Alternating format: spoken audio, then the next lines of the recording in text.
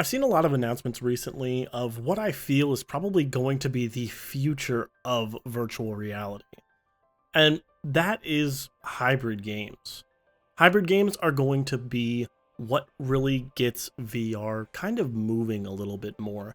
I'm not going to say that it's going to be the biggest push we've ever had for virtual reality.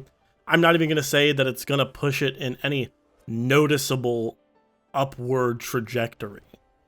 But I think people who are in VR are going to be a lot happier with the games that they get if this trend continues to get traction. This last week, we just had the Midnight Walk release, and this game has put up a seemingly very good score. And all the reviews I've seen for it, for the VR version, seem very pleased. I'm also seeing, even within the gameplay that I've watched, it seems like the VR implementation is pretty good. Another thing that I saw this week was Alien Rogue Incursion is going to be getting a post-release flat version of the game.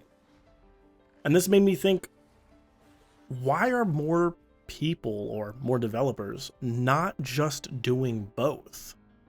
Just 2 weeks ago, I saw another game called Remnant Protocol that actually popped up on the MetaQuest Twitter. And that game has VR support. It's not VR first. I don't have an issue with this. And I think that this is going to be the way that VR is going to be able to push forward with what we have now, because we definitely have a few issues that are holding VR back. One of the first things that's holding VR back is a lot of our user base is children. I know we don't want to admit that, but it is. And what do children not have? Money. What do developers need to be able to make games? Money. So when we have a medium that is so far forward pushing that mostly children are getting it, it's very hard for developers to justify actually developing for a VR headset.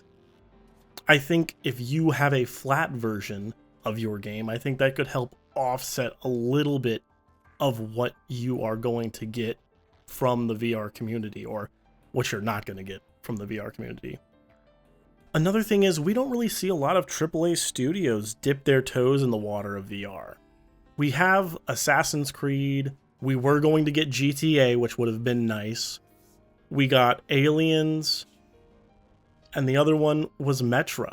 I mean, we got Skyrim, but that was an entirely separate version that was sold because Bethesda. But those games are well known.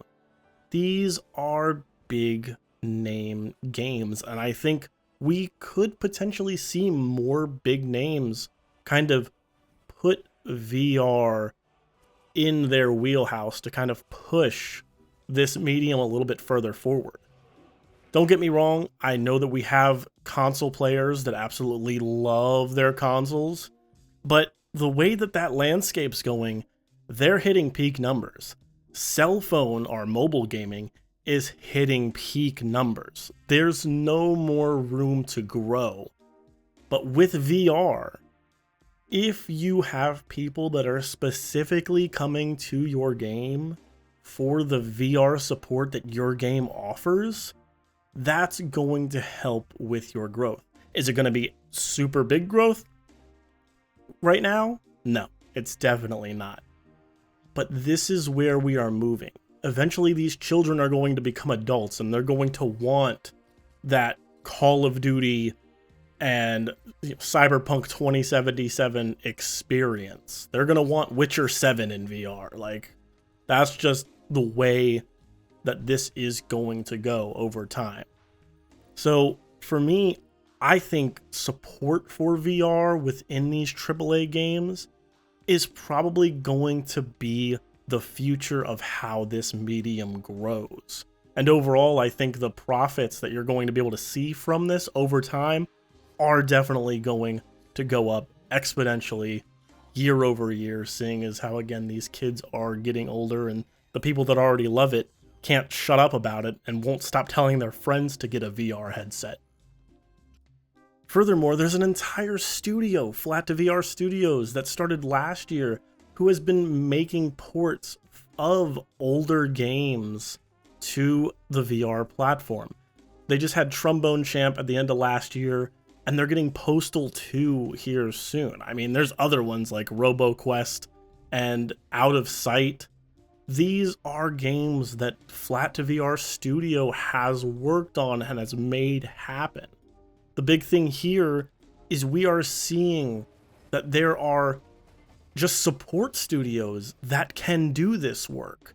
If you have a AAA game or something that you want to add support to, you can go ahead and reach out to a VR support studio that will implement the controls and the movements and all the fun jazz that your game needs to feel like a VR game. You don't always have to do it in-house. Additionally, we're seeing a lot more devs look at the Unreal Engine VR mod that came out, I believe, at the beginning of last year. And that thing looks amazing. If you're okay with that medium of controls, and I guess it's not as interactive as some other VR games, but it does feel very VR. And I think devs look at that mod and what their game could be and how many people get excited about it, and it has them thinking, why not add support for virtual reality? Yeah, sure, it's going to take the devs a little bit of time to kind of figure out how they need to implement VR, but I think at the end of the day, VR support is going to be the way that VR grows. I think we'll see Meta probably invest in more studios that are going to be able to make their game have VR support while still running on the Quest. And I think more than likely, I wouldn't be surprised here if Half-Life 3 actually comes out with VR support on top of being able to be played flat. Because the way that I see it, this is the way to move forward.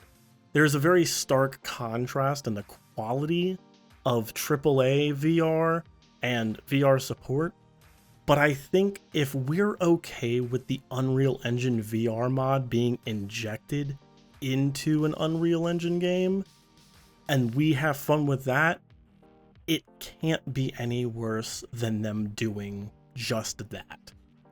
If you think I'm crazy, tell me in the comments below. If you think I'm onto something, let me know, what games do you want to see get VR support? I'm Butters with an O. I want to thank you for watching. Please like, share, subscribe. And once more, thank you for allowing me to make my reality part of your virtual reality. See you next time.